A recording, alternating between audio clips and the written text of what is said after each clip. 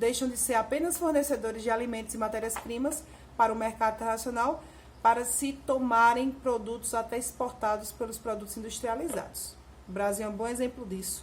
Na verdade, o Brasil é um país altamente industrializado, mas o Brasil ainda, no que diz respeito à produção de máquinas de grande porte, ainda tem uma dependência do capital internacional, principalmente dos países desenvolvidos. Beleza?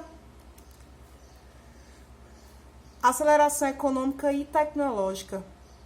Isso aí a gente já debate mais, né? Como as coisas elas estão evoluindo.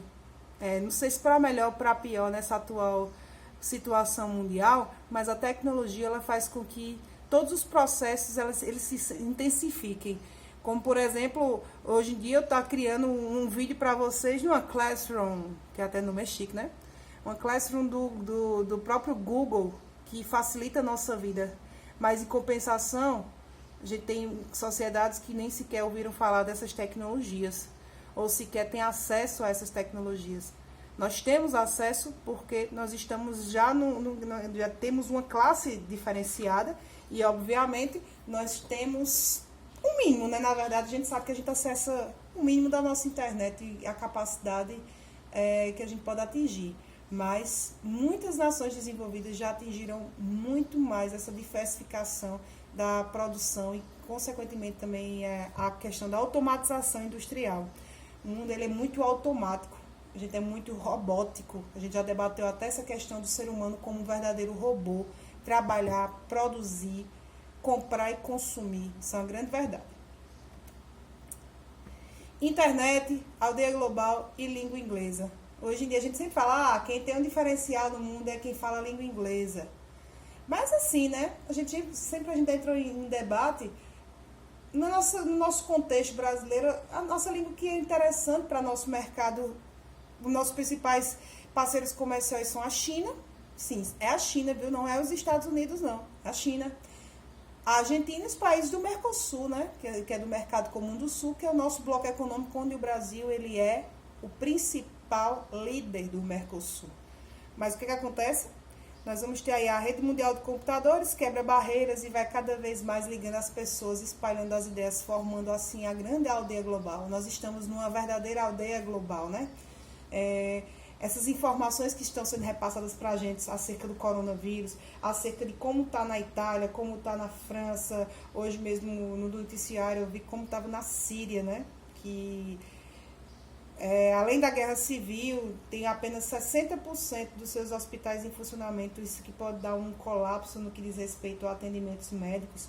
Então, como é que eu sei dessas informações? Obviamente, porque nós estamos em uma aldeia global, as informações são passadas de maneira simultânea para a gente, que tem acesso, obviamente. Então, aí tem aí essa imagem, honestidade da internet, né? Sobre isso, a gente nem precisa comentar como acontece na questão da internet, essa questão do senso crítico de internet, né? O que é na verdade e o que demonstra ser. Às vezes a gente na internet a gente posta uma foto que está bem bonita e bem feliz, mas no fundo não é bem a verdade que nós estamos no momento, né? Como eu, por exemplo, que estou agora de pijama dando aula para vocês, isso é uma grande verdade. Há muito tempo atrás, as relações interpessoais elas eram muito mais complicadas, né? A gente agora não. Se a gente quiser fazer uma videoconferência, a gente vai assim, através do Skype, a gente tem vários artefatos que fazem com que a gente interaja mais com outras sociedades. Arrumar relacionamentos fora do país e tal, isso é muito comum através da internet, né? Não que vocês façam isso. Globalização e novas expressões. Aí tem as expressões que são utilizadas. Aqui, ó. Fábrica global. Cada etapa do processo produtivo é desenvolvida em um país diferente, de acordo com as vantagens e as possibilidades de lucro que oferece. Ou seja, onde tem mais assim chance de lucros é onde as empresas elas vão se instalar. Daí que você vai ver tantas bolsas de valores oscilando no mundo, justamente por conta de onde investir, como investir o capital, né? A aldeia global, conceito aí, ó, Com os diferentes sistemas de comunicação, uma pessoa pode acompanhar os acontecimentos de qualquer parte do mundo. A economia mundo, as empresas transnacionais romperam as fronteiras nacionais e estabeleceram uma relação de interdependência econômica com as raízes mais profundas, ou seja, a economia chamada economia mundo, também uma nomenclatura bem utilizada pelo Milton Santos.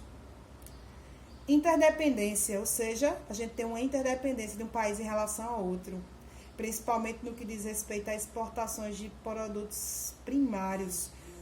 Geralmente os países desenvolvidos produzem no setor primário, que a gente já debateu também sobre isso, e os países desenvolvidos transformam essa matéria-prima no setor secundário e, obviamente, se vende no setor terciário. Existe todo o setor da economia que está desenvolvendo, né, galera? O quaternário, né? Que é o que diz respeito a essa globalização, essa mundialização dos produtos voltados à questão da internet. Países emergentes, aí tem aí, ó, o surgimento de países emergentes, são países que têm desenvolvimento industrial depois do século XIX. Países que têm industrialização tardia, que sofreram colonização de exploração, elas demoraram bastante, cerca de 100 a 150 anos de atraso no que diz respeito à evolução industrial. O Brasil é um grande exemplo de evolução industrial tardia, né? A gente começou com a cultura do café e hoje em dia nós temos sim um país industrializado. Países emergentes, alguns mesmos que subdesenvolvidos, a gente também pode nomear esses países como subdesenvolvidos industrializados, viu, gente? São considerados países emergentes a China, a Rússia.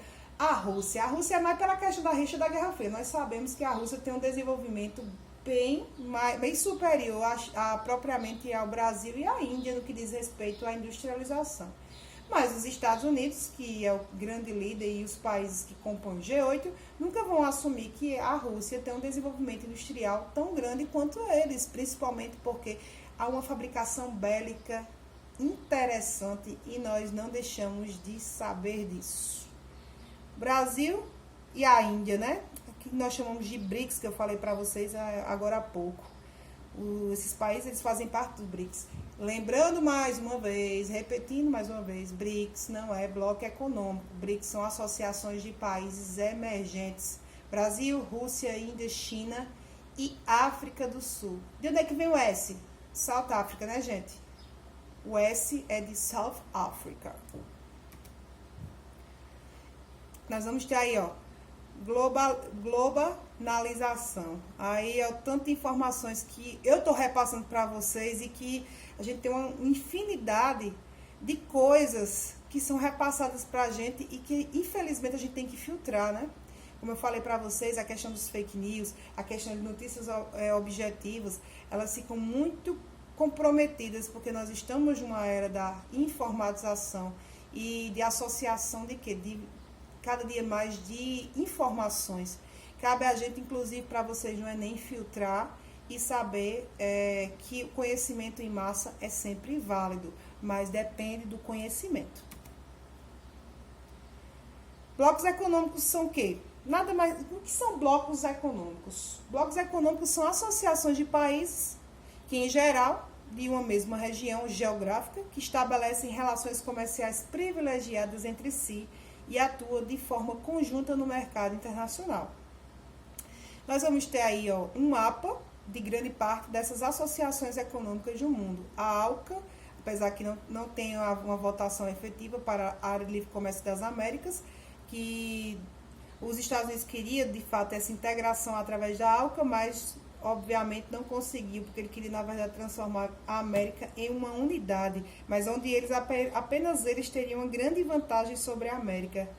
É aquele contexto da doutrina Monroe, né? A América para os americanos, só que do norte, para a gente nem nada, né? O NAFTA, que é o Acordo de Livre Comércio da América do Norte, que tem a sigla North Free Trade Agreement, né? Que é em inglês, mas é Acordo de Livre Comércio da América do Norte. O CARICOM, que são os países correspondentes ao Caribe. O ALAD, que já pega uns países da América Central istmica, que é essa parte aqui, ó. A gente divide a América Central em istmica, que é essa que pega Panamá, Honduras, Nicarágua, que é que une a América do Norte e a América do Sul, e a insular, que são o conjunto de ilhas aqui da América Central. Na América Andina tem o Pacto Andino, que tem menor ênfase do que o Mercosul, que é o maior bloco aqui da América do Sul. O SADC, que é o da África, o principal correspondente é a África do Sul. O MCCA também da África. A União Europeia, que é o maior bloco da Europa. O EFTA, aí do norte da Europa. A Comunidade dos Estados Independentes, que é aí do leste europeu. A APEC, que pega inclusive países do quê? A APEC pega países principalmente eles voltados aí ao Oceano Pacífico, Associação Econômica da Ásia do Pacífico. E a Ásia e essa ANCERTA, que é justamente aí da Oceania.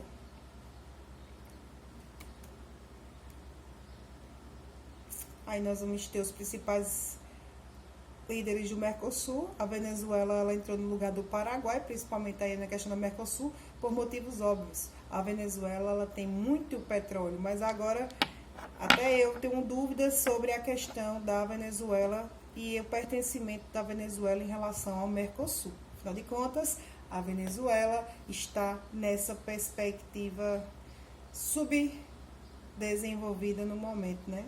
Apesar de ter bastante petróleo. Nós sabemos que nesse contexto não vale nada se você não tem indústrias para a transformação dessa matéria-prima. Brasil, que é o grande líder, né? A Argentina, que é o nosso parceirinho comercial, exceto no futebol. O Uruguai também é o nosso grande parceiro. E o Paraguai, que com menor participação, mas que de fato tem uma parceria, na verdade, efetiva no Mercosul. Os tipos de blocos econômicos. Nós temos a área de livre comércio, ou zona de livre comércio, ou seja, que é só a questão comercial, como é o exemplo do NAFTA nos Estados Unidos, que é só uma área de livre comércio. A união aduaneira, que é o caso do Brasil, é um tipo também de um tipo de união aduaneira. O mercado comum, que é o caso da União Europeia, que envolve fluxos de serviços, produtos e pessoas. A união monetária, que é só a questão, por exemplo, como também a unidade monetária, como acontece com a União Europeia, através do euro. E uma união política, ou seja, os países são bem parceiros políticos nesse contexto. Vamos lá, deixa eu ver o que aqui.